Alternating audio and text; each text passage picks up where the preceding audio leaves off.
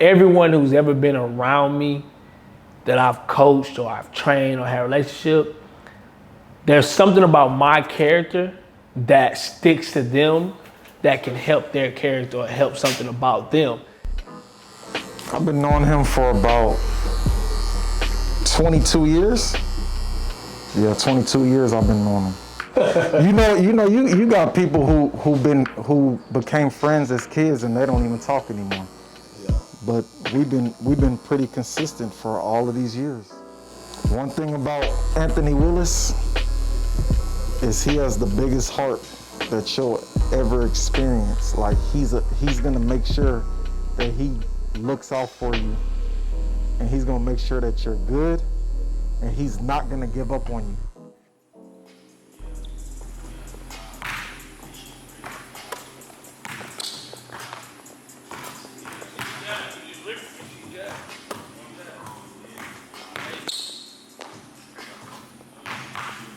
Man, getting ready, you know what I'm saying, put some drills in, getting them ready to go for his first official visit at McNeese. You know, doing our late night grinds, we always do, man, just in the gym, putting in work. Shoot, it's 10:24, man, it's 10:24. Hey, check the watch, baby, check the watch. All night, baby, that's how we get it.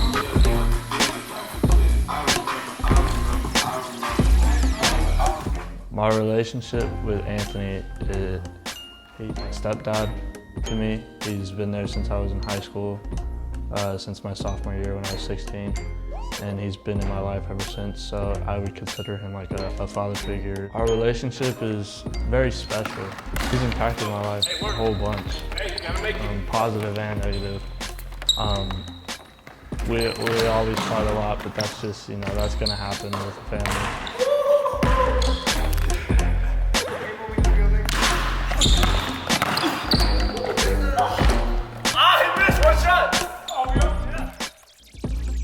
He's always there to give me advice whenever I'm in need of something or I don't understand something. He's always helping me mature as a young man, and he's always there with the basketball side of stuff, helping me understand the game. And he tells me all the time that I'm just like him, that I've gone through the same stuff that he has, and so it's just one of those things where it's like knowing that he's gone through it already, that I want to listen to him, make sure I don't make the same mistakes that he did, or try to better myself.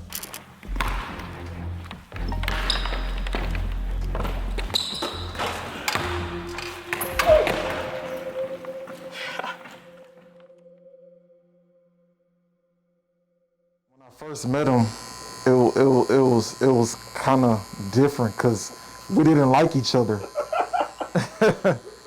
He has moved a kid from out of the country to come live with him to give him a better life and didn't ask for anything in return.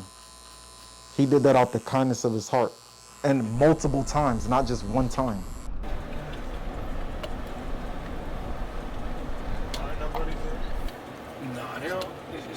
My name is Marko Šusic.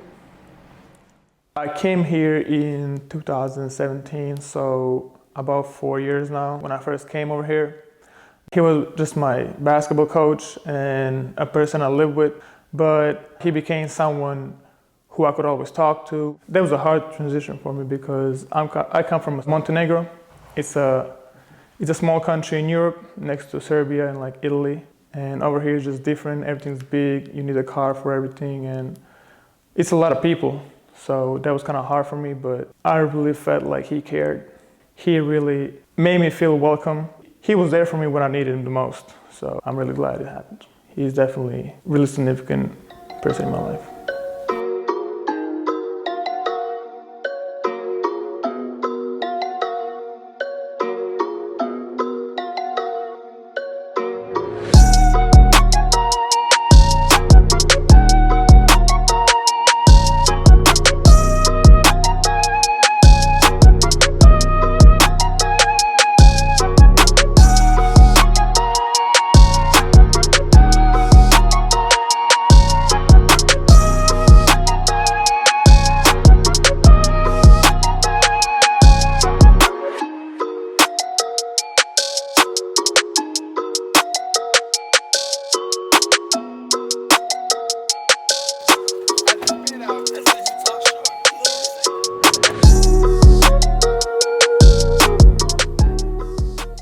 I know one thing about him. When he's passionate about something, he's gonna be good at it.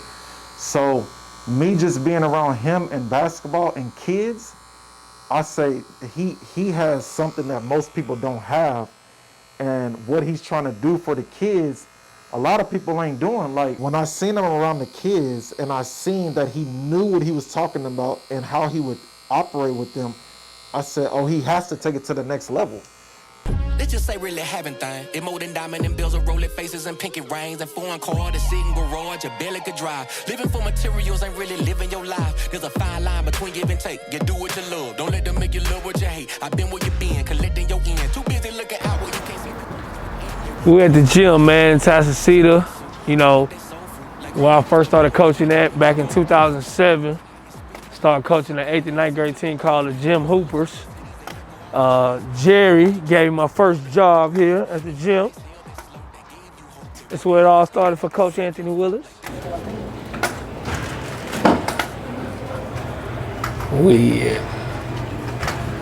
So that's my play brother right there, the one in the corner.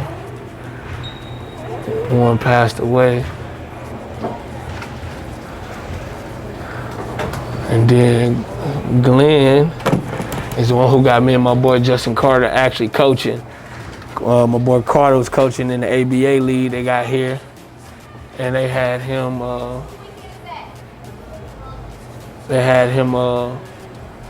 asked him to come and coach the kids that was here. And then I ended up being his assistant coach. And that's my mentor, Coach Chris. He actually was coaching here at the same time when I got here. He was coaching the Gym Rats. I'll be honest, man, like the gym really helped me a lot because like when I was in college, trying to figure out what I wanted to do with my life and everything like that, I mean, this is where it started. You know, I came here, started coaching, didn't even want to coach, didn't even think about coaching basketball. And I mean, the gym kind of put me in a position where it just happened. So when I was living in Humble, you know, new territory, you know, far away from home, about an hour away from A-Leaf.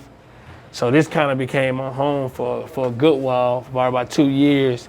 So I used to be in the gym all the time, coaching, helping our kids, things from there. So honestly, this was the first step into me becoming a coach, you know. Before that, I wasn't even thinking about doing no type of coaching, none of that. When it's all said and done, that's what I want to do, man. Have my own gym or something like that. So again, like this was like significant because at the time when I was coaching, this was like one of the only gyms in Houston. My name's Monica Cuellar. My relationship with Anthony, it's different than most relationships. Because we're so much alike. You know, we both like sports. We could be in the gym all day, you know, watch games, but we know we've both been through hard work. We know what hard work is about. You know, it's in our DNA. Like we don't know anything but to hustle. So that's why our relationships work. We hold each other accountable. You know, we're best of friends. You know, we have like, just like any relationship, a love-hate relationship, you know? We push each other, we challenge each other. We may not always agree on certain things, but in the end, it's about respect. Anthony Willis, to me, honestly, he's just a great man. Like, that's who he is, you know? He's a great father figure. He's a great mentor. He pushes you when sometimes you feel that you can't anymore. You know, he sees things in people that sometimes you don't see in yourself. And a lot of the times, you know, being young, you may feel that, oh, he's just being, you know, dad or coach or, you know, whatever. But it's because he sees potential in people that sometimes we don't see in ourselves. And he's really good at trying to get that out of people. And, you know, he gets it out of even me, myself. He's pushed me this year to do something that I've always wanted to do, but I was just so hesitant. So for me, he's just a great person. He is a mentor. He is a disciplinarian to those who need it. And the one thing that really solidified it for me was the moment after his mother passed, and he was talking about how he needed to restructure his circle of friends and his circle of influences, and how he needed to live his life with have a more purpose-driven life, for lack of a better term.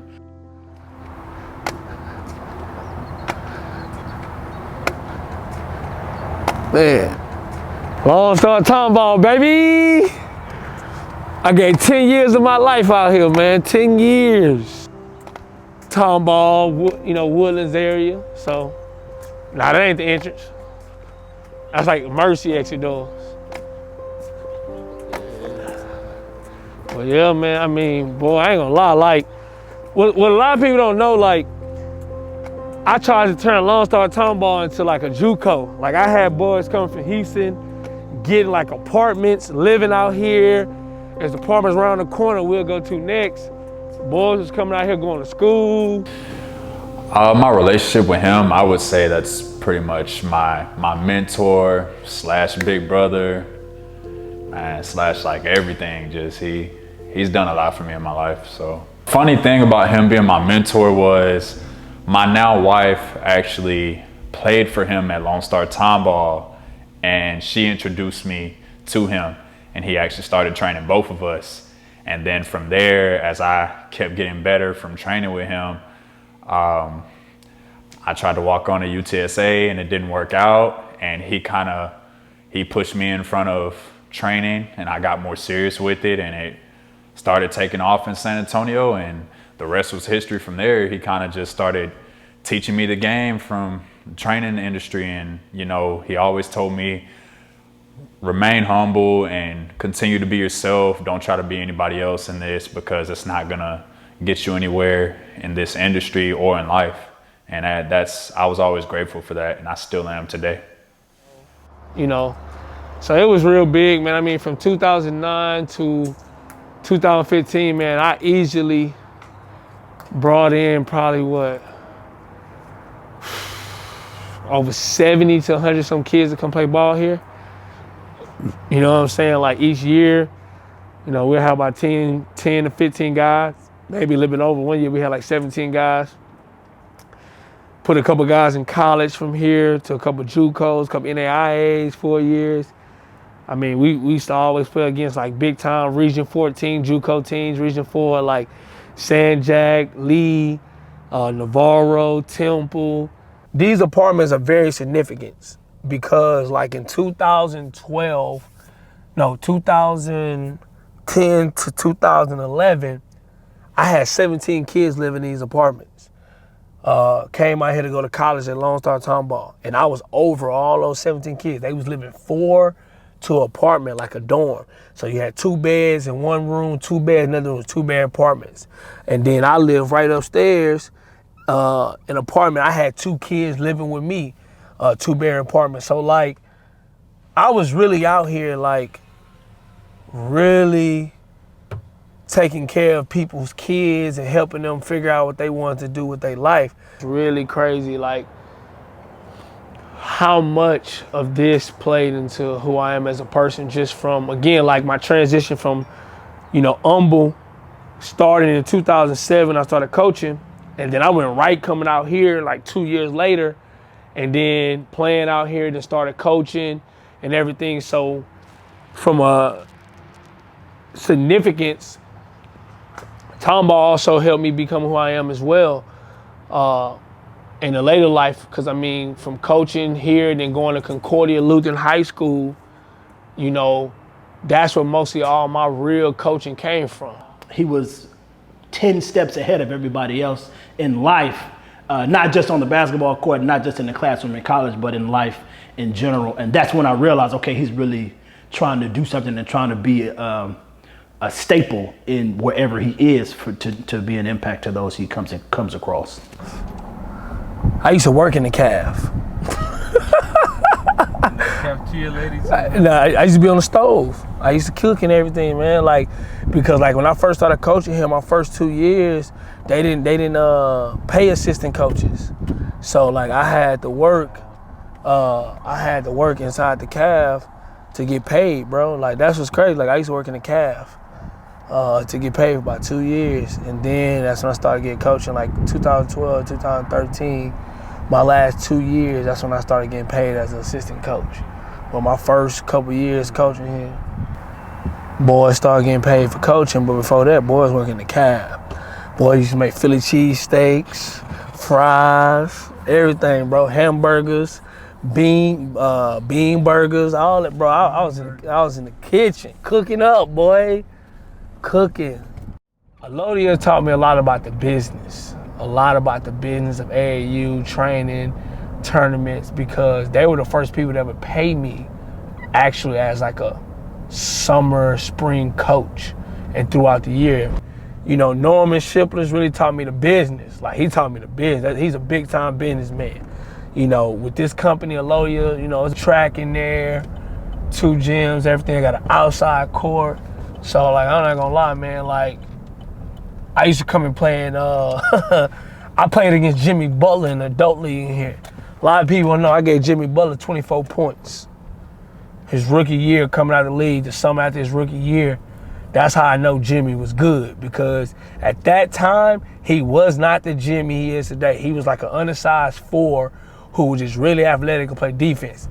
That next year, I like to crack a joke to say that I got him to get better, because he came in here trying to hoop with us and they lost to us against me and a couple other college guys and everything. And that next year, bro, Jimmy was beef, boy. That boy was something different. You know what I'm saying? Like, I ain't gonna lie, that dude work ethic was unreal. I mean, that's why he was talking this year in the finals about, like, I ain't always been good. Like, I just outworked everybody. Like, he not lying, though. Like, he not lying. Like, he wasn't just, like, ultra talented, but he outworked everybody. So, I mean, again, Tomball, I'm thankful, man. I'm really thankful. It really helped me become the man I am today from a coaching standpoint, and just me growing up. It helped me become who I was as a man, so I'm thankful. They ain't changed the colors and everything. Apartment 41, apartment 40, right here. So I was here from 2011 to 2017. Once I got with Monica, that's when I moved with her into the Woodlands, over there, Woodlands/Magnolia. But from like 2011, I want to say, yeah, I was living here with my dad. Us 2 in a 2-bedroom townhouse. Anthony's a good person. For experience with my mother. She was smoking one time in the car, and he snatched a cigarette out of her mouth and said, "You don't need that," and threw it out the window. So he was 8 years old then. So that tells me what type of person he is. When I go to the beliefs, I gotta say God, and he's always been that way. And he always had put God first. And I think in his whole rest of his life, he will put God first. I'm gonna give most of the credit to his mother. But for me, more than Anthony Wynn was discipline things. For making Anthony Wynn be the type of person he is, and being a Christian and doing all that stuff, and being a good person, I'm gonna give it to his mother. Tomball gave me that time to grief. Like, I was able to be out here kind of on my, you know, excluded from everybody, not have to worry about too much. Like, pretty much everything I knew was Southwest Houston. So I really didn't, you know, I would go out there, get a haircut, or if I went out to go to the club or something, kick with my homeboys. But this, when I was out here in Tomball, it gave me that time just to be by myself and do a lot of thinking, just kind of see what I wanted to do in my life, who I wanted to be as a man, you know. So Tomball gave me that time to really grief, man. 10 years out here, I needed that. Like, it really, really molded me after my mom passed away to who I am today, and just gave me that time to kind of just figure out who is Anthony Willis. I mean, for me, that's how life was. Growing up, it was always peaks and valleys. Talk to me about how, not knowing what the next chapter of your life was going to be like, and tell me how you overcame that. Like, if somebody was in your position, in your shoes, it'd be hard for me to tell them that. It'd be hard, because I think I thrive on peaks and valleys. Like, I thrive. Like, not knowing the next thing is big for who I am as a person, because I'm a risk taker. So that's really how I got through it, because I would take risk. But a lot of people in the world they don't like taking risk. You know, they like security. They like to be comfortable. They like to know and be for sure. Me, I like the uncertainty. I like the being uncomfortable. You know, I like the risk of not knowing my next move because I'm like, okay, whatever the next move is, I'm ready for it. What do I need to do to get through this? Okay, all right, okay, I'm gonna do this. Boom, okay, all right, move on. Next. That's how I overcame my peaks and valleys because I was always okay with being uncomfortable.